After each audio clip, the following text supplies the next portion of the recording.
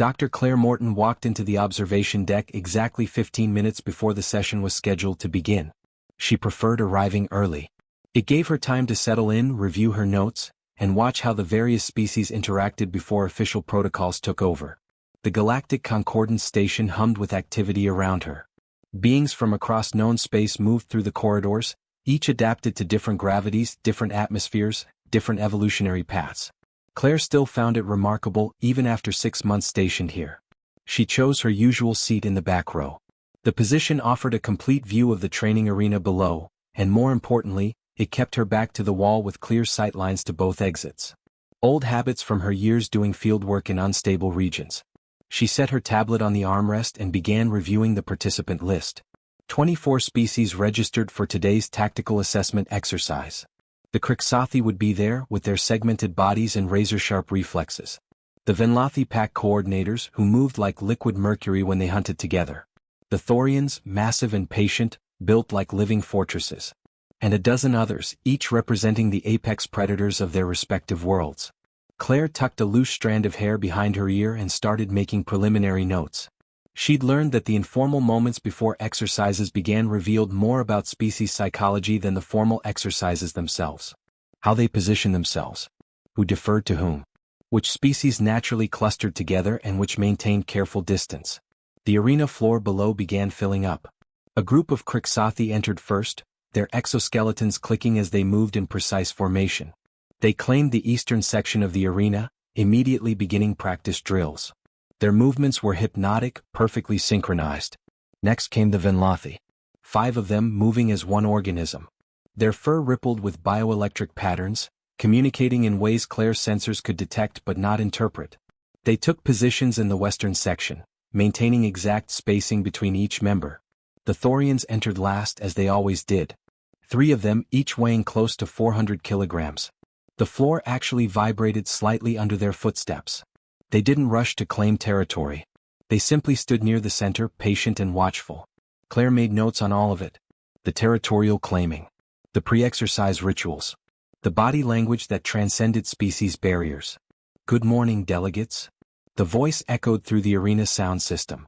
Overseer Quental descended from the control booth on his gravity platform. The Quellan was an impressive sight, with 4 arms and mottled purple skin that shifted colors based on his emotional state. Right now it showed calm professional blue. Today's exercise will focus on threat assessment and tactical prioritization, Quental announced. You will face scenarios requiring rapid evaluation of multiple simultaneous dangers. Speed and accuracy will both be measured. Claire noted the time. Quellans were obsessively punctual. She appreciated that about them. Each participant will use a biometric station, Quental continued, gesturing with his upper arms toward translucent panels rising from the floor. These systems will monitor your threat identification patterns, your response times, and your decision-making processes. The data helps us understand how different evolutionary backgrounds approach identical tactical problems. The participants moved to their assigned stations. Claire watched how each species approached the task. The Krixothi scuttled forward with clicking enthusiasm. The Venlothi flowed as a coordinated unit. The Thorians walked with slow, ground-shaking deliberation. She made another note about movement psychology. So much could be learned from something as simple as how a being crossed an empty floor. The first scenario flickered to life in holographic form. A crowded marketplace, civilians everywhere with multiple potential threats hidden among them. A classic tactical nightmare. Claire leaned forward slightly, interested to see how different species would parse the same visual information. Below, the participants began their assessments. The observation screens lit up with real-time data showing which threats each participant identified first. The patterns were fascinating. Krixothi focused on movement, their sensors lighting up anything that moved irregularly. The Venlothi prioritized numerical clustering, identifying groups that might represent coordinated threats. The Thorians went for size and mass, marking the largest potential dangers first. Claire's fingers moved across her tablet, capturing observations in the shorthand system she developed. She could record data without taking her eyes off the arena floor this way. 10 minutes into the exercise, something changed. Overseer Quental's platform stopped moving. All 4 of his arms went completely still. His skin color shifted from calm blue to confused orange. Pause exercise, he said, his voice carrying a note of bewilderment his translator couldn't quite mask. Immediate pause. The holographic scenario froze. Below, participants looked up from their stations in confusion. Mandibles clicked. Fur bristled. Low growls rumbled. Quintel's platform rotated. Slowly. Deliberately. Until he was facing the observation deck. Facing the back row. Facing Claire. She looked up from her tablet, meeting his enormous eyes with polite curiosity. "Dr. Morton," Quintel said slowly as if choosing each word carefully, "I need you to come down to the arena floor." Claire blinked. "I'm only observing today, Overseer. I'm not on the participant schedule." "I understand that. However, there is a technical anomaly I must investigate. Your cooperation would be appreciated." Professional protocol left little room for refusal. Claire saved her notes, set the tablet on her seat, and made her way down the observation deck stairs. As she walked across the arena floor toward Quintel's platform, she became aware of the silence. Every participant had turned toward her. Not with simple curiosity. With something else. Something that made the hair on the back of her neck stand up. The Krixathi had stopped all movement. Completely frozen, which was unusual for a species that processed the world through constant motion. The Vinlathi stood utterly still, their bioelectric patterns locked in configurations Claire had only seen during active threat responses. The Thorians had shifted their massive bodies. All three now faced her directly, tracking her movement with the kind of absolute focus they normally reserved for charging prey. "Overseer?" Claire stopped a respectful distance from his platform. "What's wrong?" Quintel's four arms moved across his control panels with unusual agitation. His skin color flickered between orange confusion and red alarm. The biometric sensors. Every predator species in this arena. All 24 of them. He paused as if the words didn't make sense even as he said them. "They have all identified you as the primary threat in the room." Claire looked around at the assembled participants. Beings that evolved to hunt. To kill. To survive through violence and speed and strength. That doesn't make sense. "I've been sitting quietly in the back taking notes." "I am aware," Quintel said. "That is precisely what makes this so disturbing." A Krixathi warrior stepped forward from its station. His translator clicked to life. "The human. She does not move like prey. She does not move like predator. She moves wrong." "Explain that," Quintel demanded. The Krixathi's head segments rotated in a gesture of deep confusion. "Prey moves to escape. Predators move to pursue. She moves like something that waits. Like something that has already decided the outcome." A Vinlathi coordinator added its observation, its voice rendered as melodic tones by the translator. "Our species hunted the open plains for millions of years. We know ambush predators. We know pursuit hunters. She reads as both. Simultaneously. She is a thing that waits forever and strikes instantly. Our instincts do not understand this." Claire stood very still, processing what she was hearing. Quintel descended until his platform was level with her. "Dr. Morton, I need you to do something for me. Walk to the center of the arena and simply stand there. Make no aggressive movements. Just stand." Claire nodded and walked to the marked center point. She stood naturally, arms relaxed at her sides, breathing steady and calm. Around her, every threat assessment display in the arena lit up like emergency beacons. Red warnings everywhere. Maximum alert. Quintel stared at his readings. "You are making no threatening gestures. You are not moving. You display no aggressive posture. Yet every biological predator in this room registers you as the single most dangerous entity present." Claire remained still, but her mind raced. She thought back over the past months. The way security personnel always seemed to track her movements. The extra space other species gave her in corridors. The nervous glances from beings twice her size. She thought it was general caution around humans. Earth's reputation had spread quickly after first contact. But this was something else entirely. Something deeper and more primal. "I think," Claire said quietly, "you need to call your xenobiology team." Quintel was already reaching for his communication panel. "I think you are absolutely correct."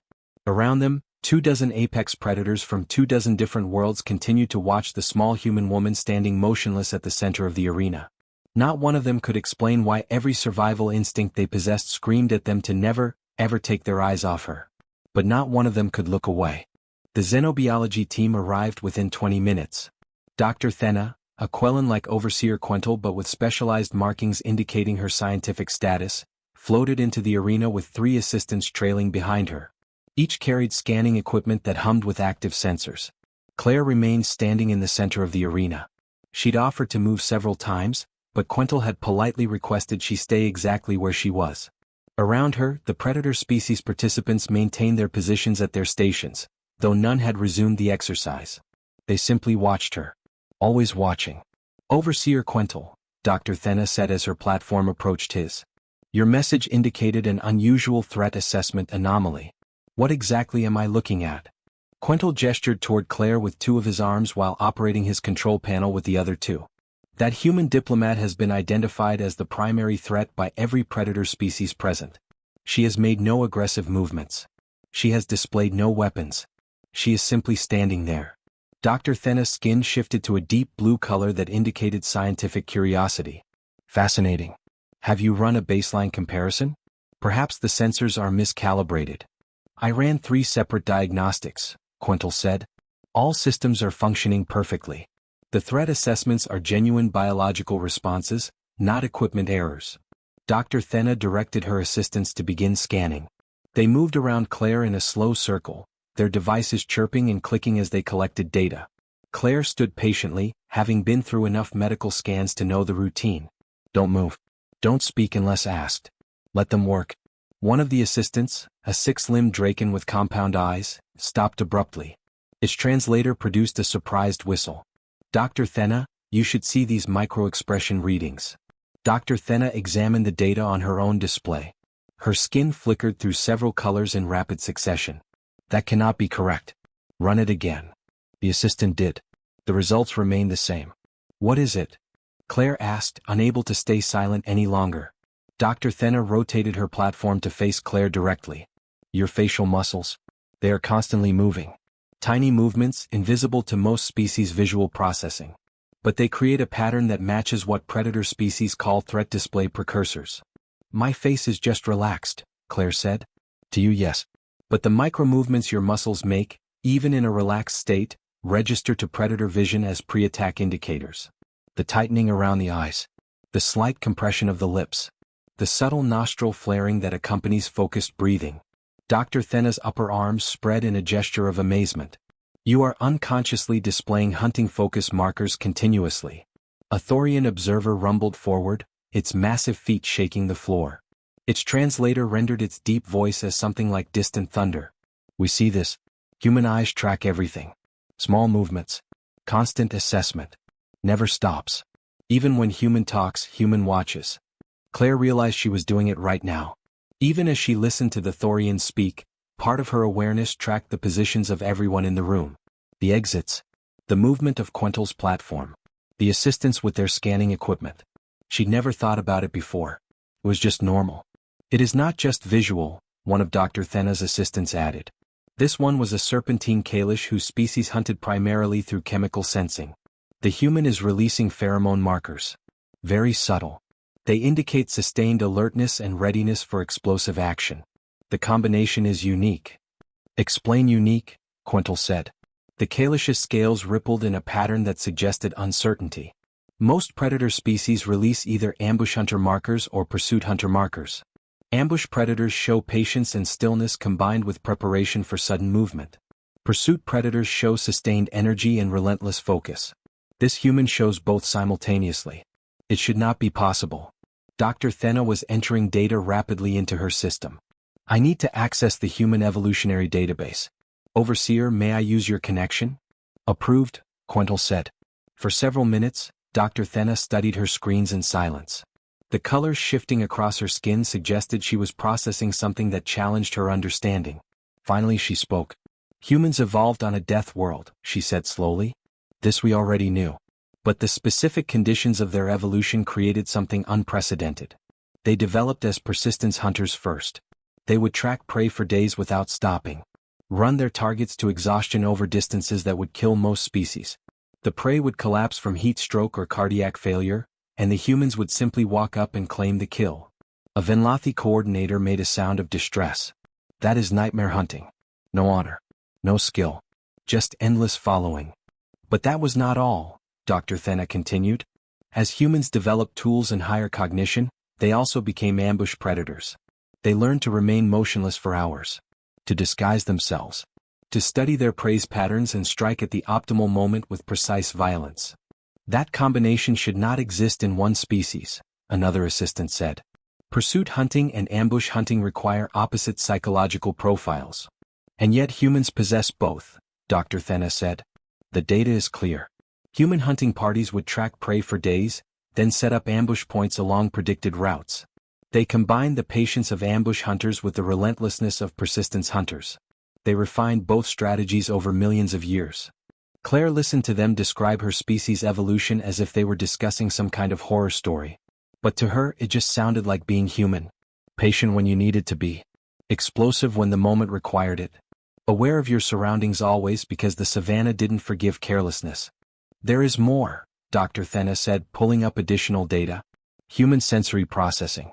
They maintain what their own scientists call situational awareness even during rest states. Their brains constantly map their environment. Track changes. Identify potential threats and opportunities.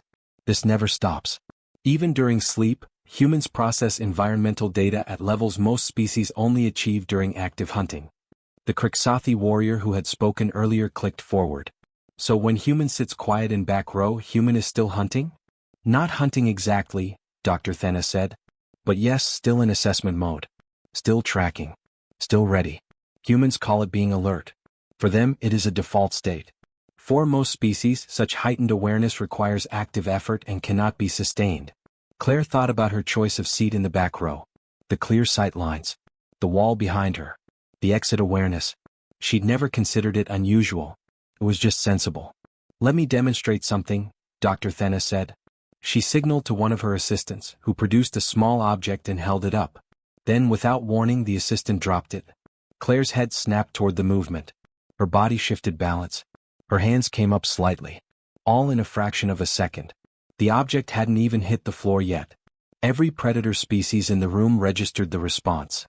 Threat displays lit up across all their biometric stations. You see, Dr. Thena said. The human appeared relaxed. Passive. But the instant a change occurred in her environment, she reacted with speed that matches our fastest ambush predators. Then just as quickly she returned to her passive state. Claire lowered her hands, feeling oddly exposed. That was just a reflex. Yes, Dr. Thena said. A reflex. An unconscious, automatic response. Which means you do not have to think about being ready.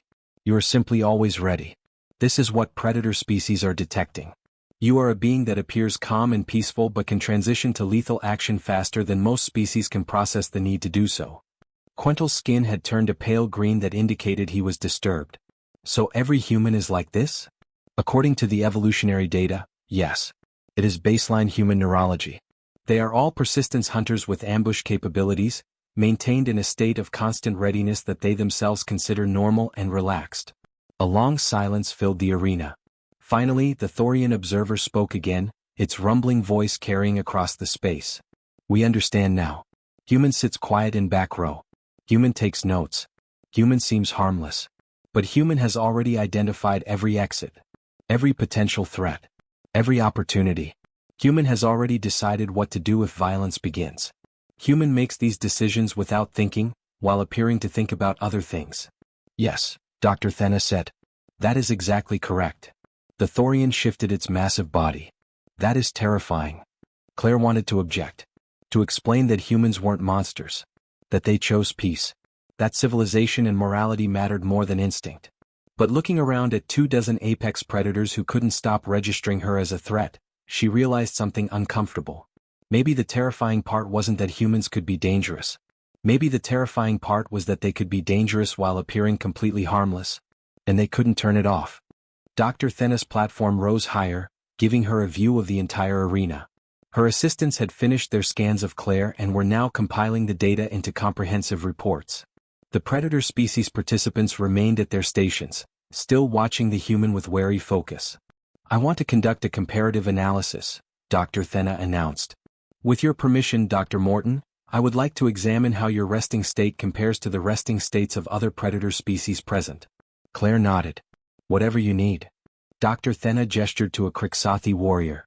Please approach Dr. Morton and stand beside her. Remain in a relaxed, non-threatening posture. The Kriksathi chittered nervously but complied. It moved forward with its characteristic precise steps, then settled into what its species considered a neutral stance beside Claire. The creature's exoskeleton stopped its constant micro-adjustments. Its limbs hung loose. To any Kriksathi observer, it would appear completely at ease. Dr. Thena studied her readings. The Kriksathi in rest state shows decreased sensory processing. Visual tracking drops by 40%. Auditory awareness decreases by 35%. Threat assessment protocols enter standby mode. This is normal. Rest means reduced vigilance for resource conservation.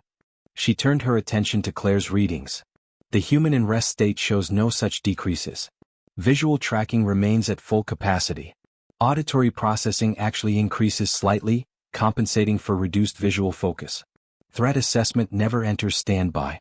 Dr. Morton, are you consciously trying to stay alert right now? No, Claire said honestly. I'm just standing here. Exactly, Dr. Thena said. You're just standing there.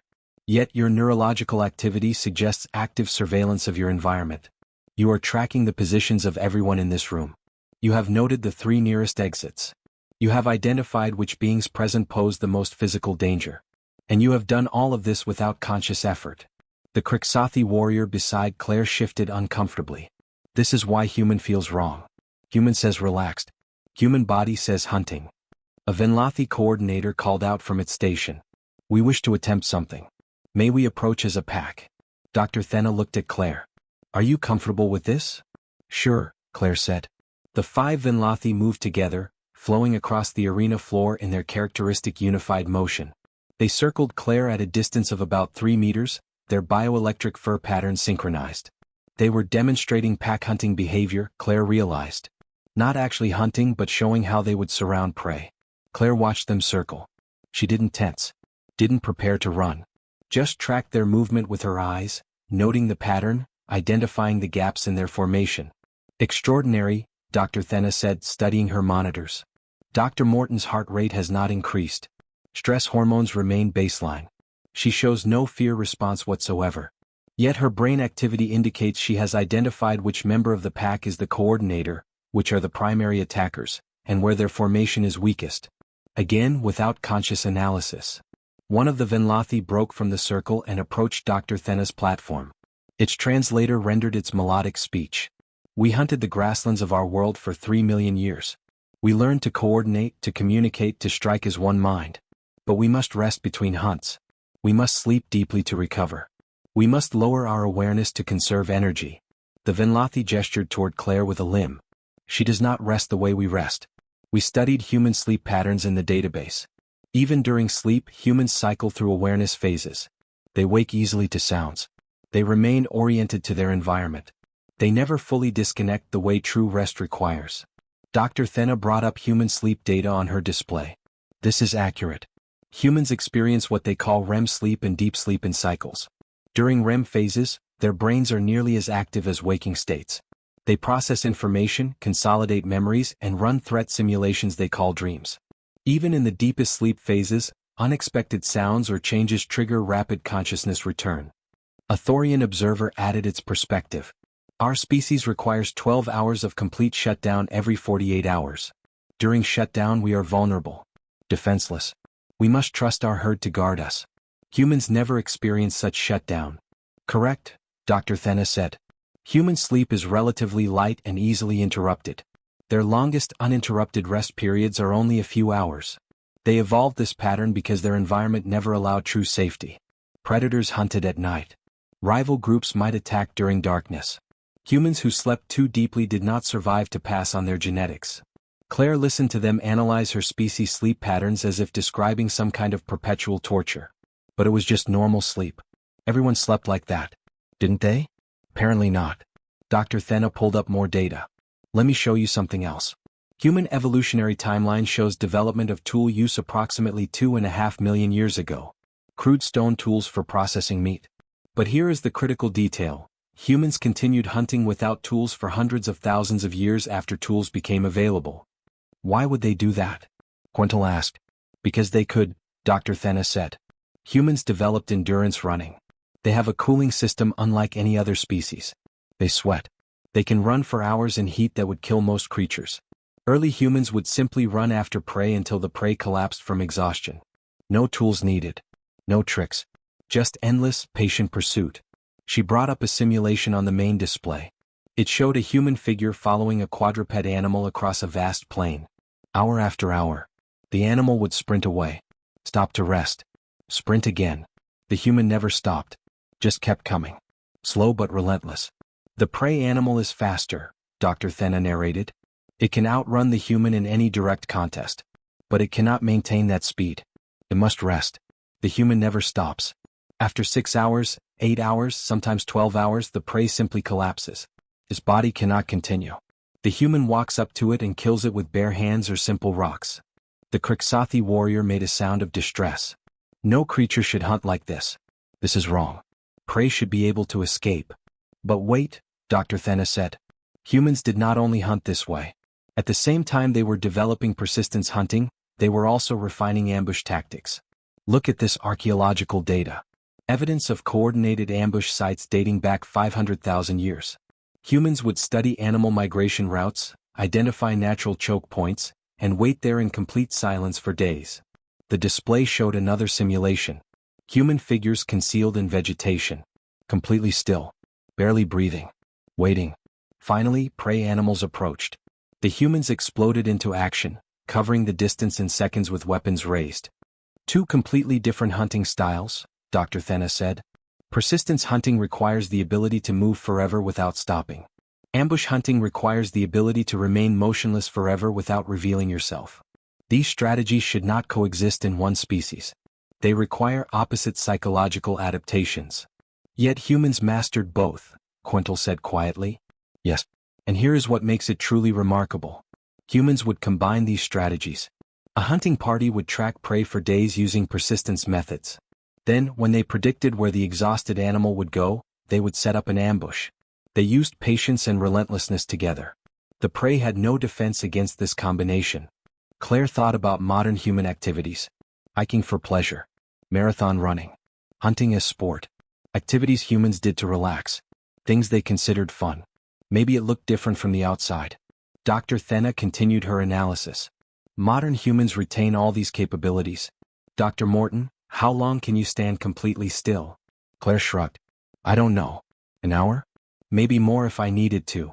And how long can you walk without stopping? Depends on the terrain and conditions.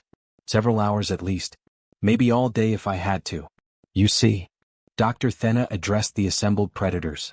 She considers these normal capabilities. Standing motionless for an hour. Walking all day. These are not special skills to her.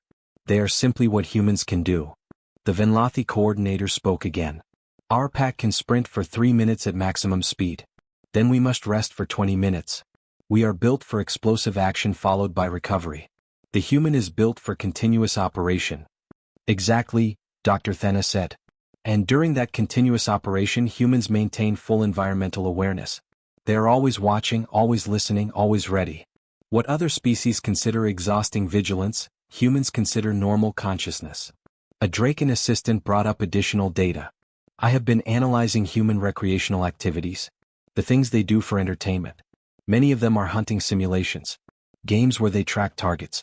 Puzzles where they identify patterns. Sports where they pursue or evade opponents. Even their relaxation activities maintain their predatory skills. Dr. Thena examined the data. Reading books. Watching visual entertainment. Playing strategy games. All of these activities keep the human mind engaged in pattern recognition, threat assessment, and tactical planning. Humans call it relaxation. Their brains call it hunting simulation. Claire thought about her evening routine. Reading intelligence reports. Watching mystery shows. Playing chess against the station's computer. She'd never thought of these as hunting practice. They were just ways to unwind. But maybe unwinding for a human meant something different than it did for other species. Here is my conclusion, Dr. Thena said. Humans are the only known species that combine persistence hunting with ambush hunting at an evolutionary level.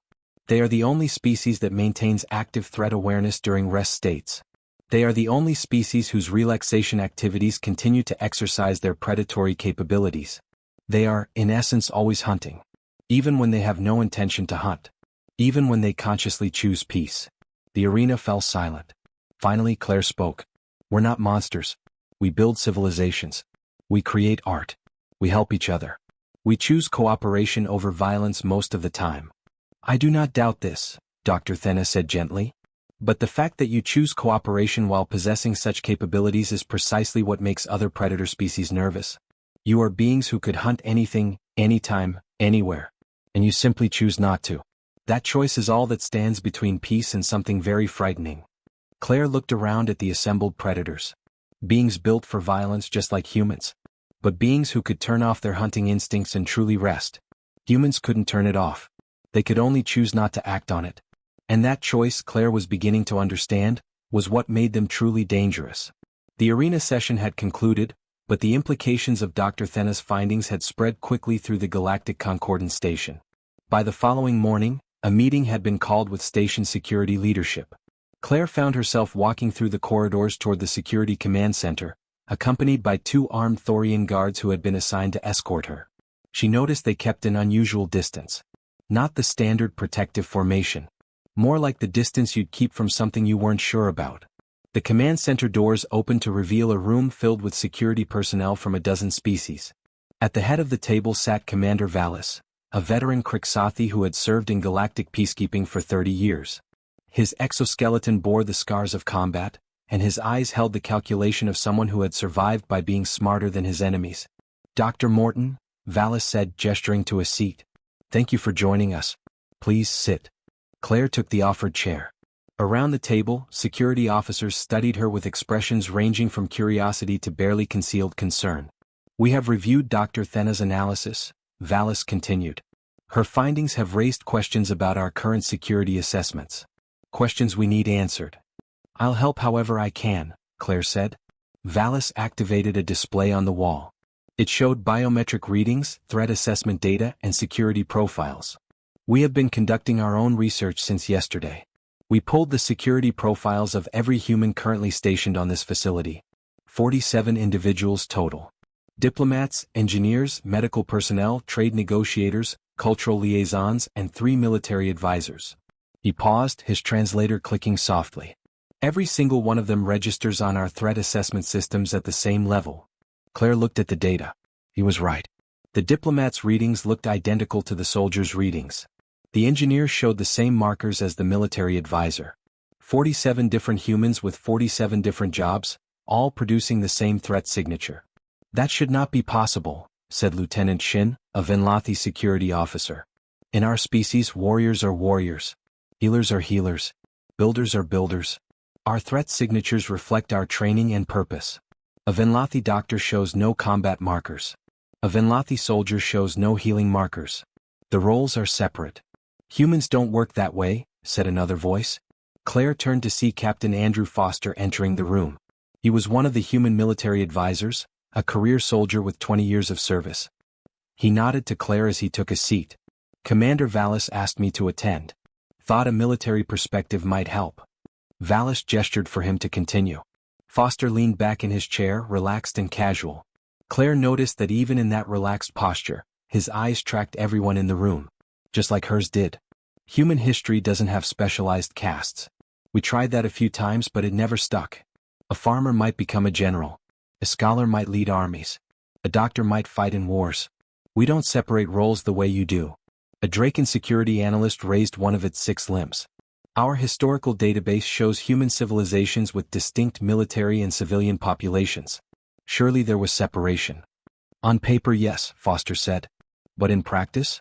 During Earth's Second World War, civilians built weapons in factories, then went home and trained for potential invasion. Farmers hid resistance fighters and learned to use explosives. Teachers became intelligence analysts. The separation was administrative, not psychological. He gestured to Claire. Dr. Morton is a diplomat. I'm a soldier. But we both grew up learning the same basic things. How to assess a room. How to identify exits. How to read people's intentions. How to respond to threats. She uses those skills for negotiation. I use them for combat. But the underlying awareness is identical. Valis brought up more data. We have analyzed historical human conflicts. Your warriors were not bred for combat. They were not genetically selected for violence. They were ordinary individuals given training. That's correct, Foster said. But this means any human could become a warrior, Valis said slowly. There is no specialist class. No separate breeding population. Just ordinary humans who learn to fight. Every human learns to fight, Foster corrected. Maybe not military combat, but conflict is part of how we're raised. Children play games that simulate hunting and combat. Teenagers compete in sports that teach tactical thinking. Adults navigate office politics that require reading threats and forming alliances. Fighting is just the extreme end of skills everyone develops. Claire thought about her own childhood. Playing hide and seek with friends. Competing on her school's debate team. Learning to read her parents' moods and adjust her behavior accordingly. She'd never thought of these as combat preparation. But maybe they were. Lieutenant Shun looked disturbed. So when we receive a human delegation, we are actually receiving individuals who could transition to combat roles without significant retraining? Technically yes, Foster said. Though most wouldn't be very good at it without specific practice. But the basic capability is there. The awareness, the assessment skills, the ability to process threat and opportunity simultaneously. Vallis pulled up a new screen showing Claire's diplomatic record. Dr. Morton has negotiated 17 trade agreements and 12 territorial disputes in the past 3 years. All successful. No violence. Exemplary diplomatic career.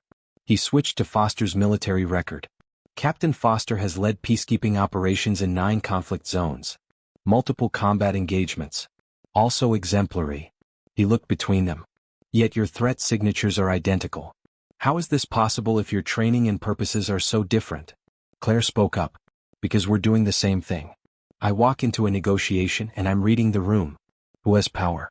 Who's nervous? What do they want? Where are the pressure points? What's my exit strategy if talks fail? Andrew walks into a combat zone doing the same assessment. Different context, same process. Foster nodded. She's right. The mental model is identical. Assess terrain. Identify resources. Evaluate threats. Find advantageous positions. Plan for multiple outcomes. Whether you're negotiating a trade deal or planning an assault, the cognitive framework is the same. A Quellan security officer spoke up, his skin shifting to troubled yellow. This explains something that has bothered us since humans joined the Concordance. Your diplomats have survival rates in dangerous situations that match trained soldiers from other species. We attributed it to luck. But it is not luck, is it? No, Claire said. It's just that we're always aware. Always watching. A good diplomat doesn't walk into a situation blind. We gather intelligence, assess risks, plan contingencies. If something goes wrong, we're already moving before the threat fully develops. Vallis brought up incident reports. 8 months ago, the trade station on Kelvin 4 was attacked by raiders. 3 diplomatic delegations were present. The Venlathi diplomats were captured immediately. The Draken diplomats were injured trying to flee. The human diplomat, negotiator Patricia Green, evaded capture for 6 hours before security arrived. She eliminated 2 raiders using improvised weapons and secured the station's communication array. He looked at Claire. Patricia Green had no military training. She was a trade specialist with a background in economics. Yet she performed like a special operations soldier. Claire remembered reading about that incident. Patricia had given interviews later, describing her actions as just doing what made sense. Finding weapons. Using her knowledge of the station layout. Staying ahead of the raiders. Common sense survival. But apparently that level of common sense wasn't common at all. Foster pulled up his own data. I've trained soldiers from 16 different species. Most of them are better than humans in specific areas. Kriksathi have faster reflexes. Thorians are stronger.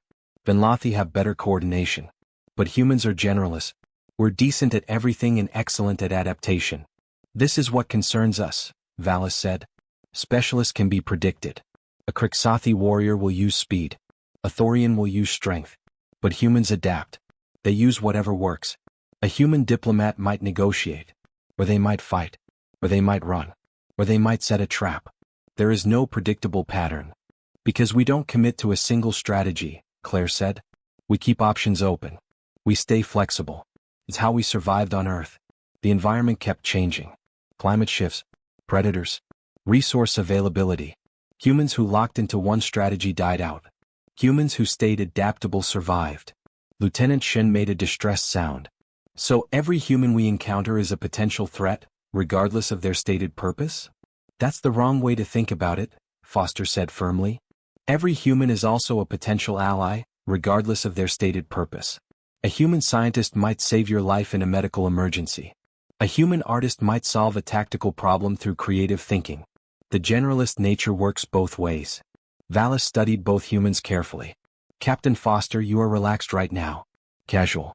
Yet my sensors show you have identified every security camera in this room. You know which officers are armed.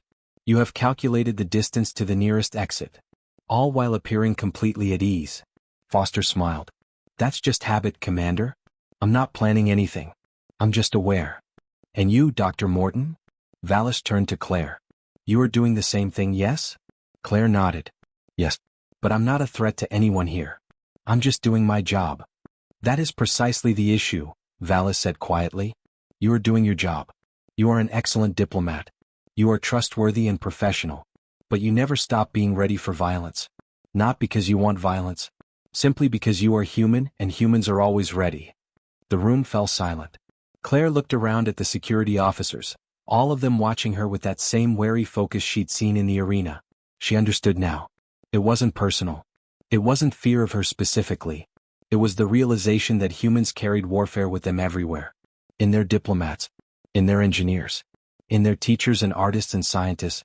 Not because they wanted to. Not because they chose it consciously. Simply because that was what evolution had made them. Commander Valis stood. We will be updating our security protocols regarding human personnel. Not restrictions. Just acknowledgement of capabilities. Dr. Morton, Captain Foster, thank you for your honesty. As Claire left the command center, Foster walked beside her. That was uncomfortable, he said. Yes, Claire agreed. They're afraid of us. No, Foster corrected. They're not afraid.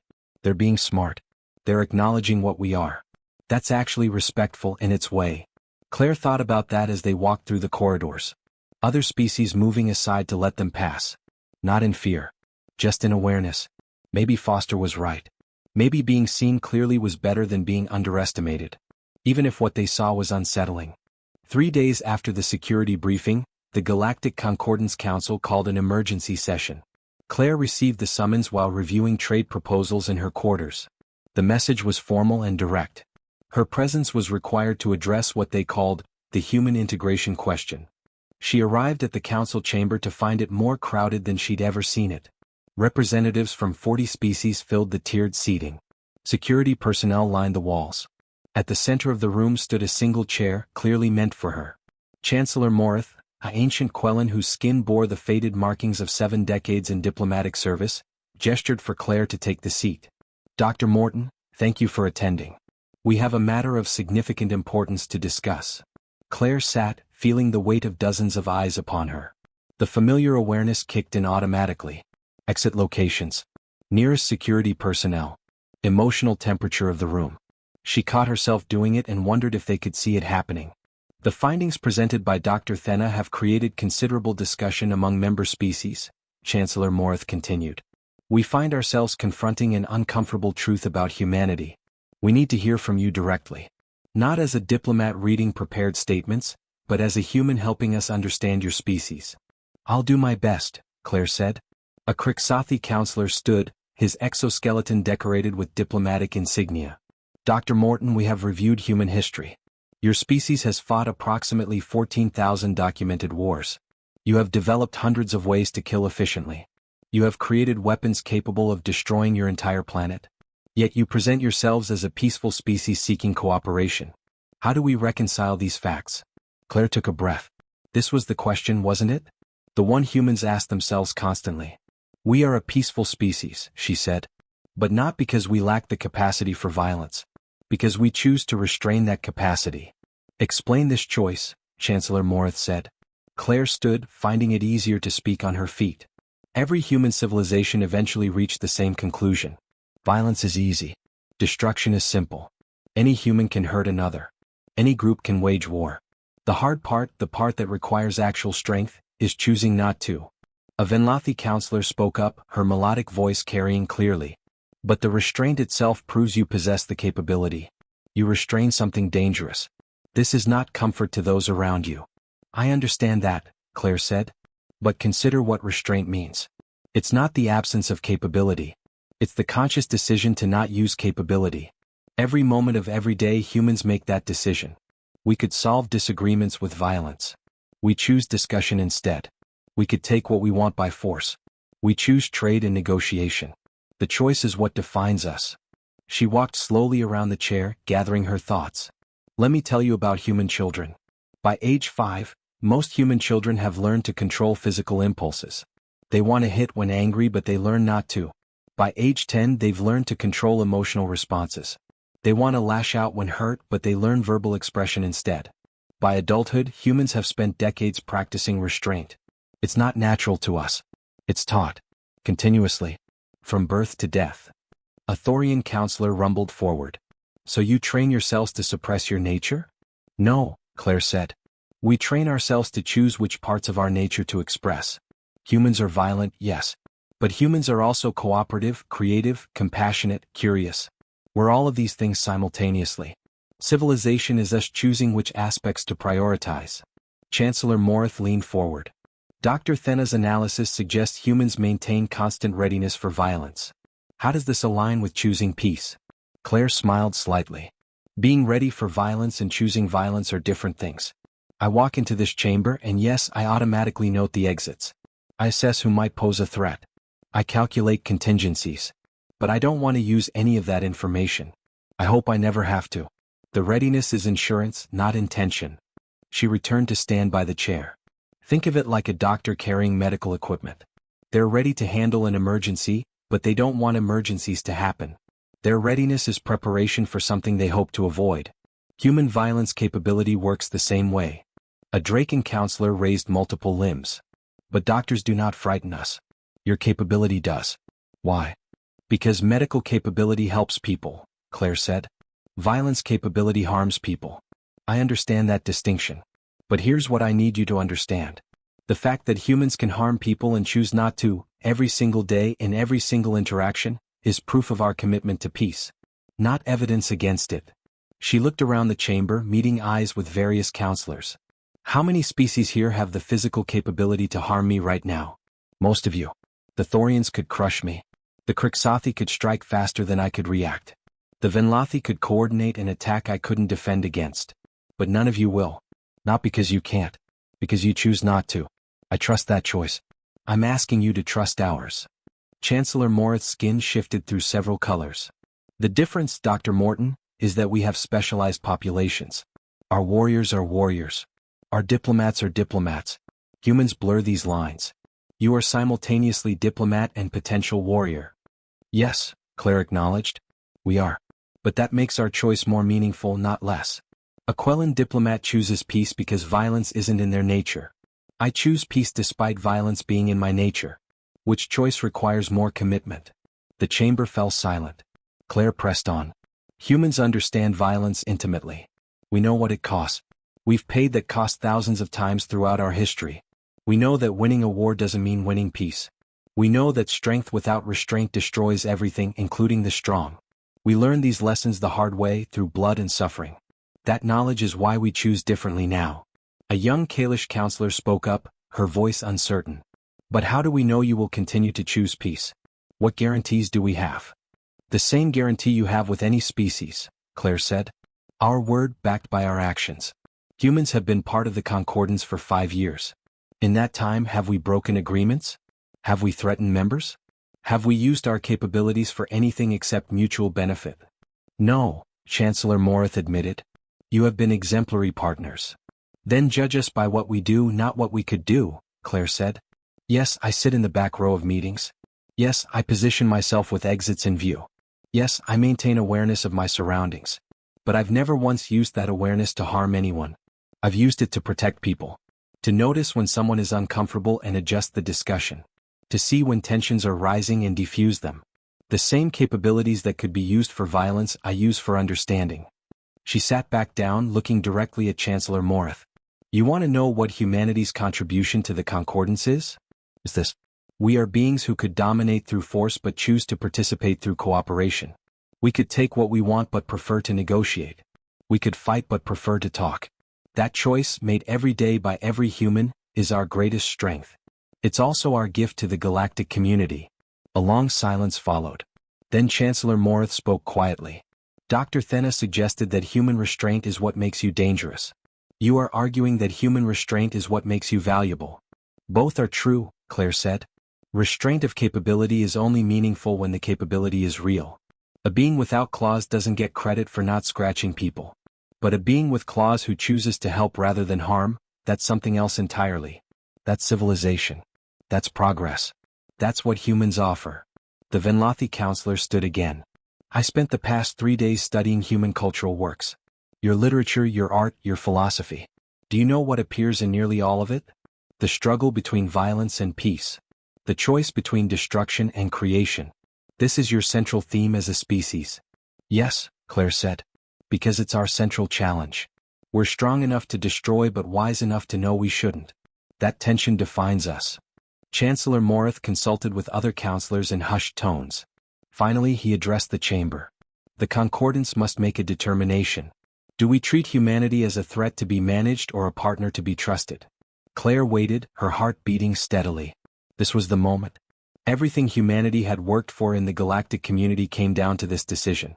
The Thorian counselor spoke, his rumbling voice filling the chamber.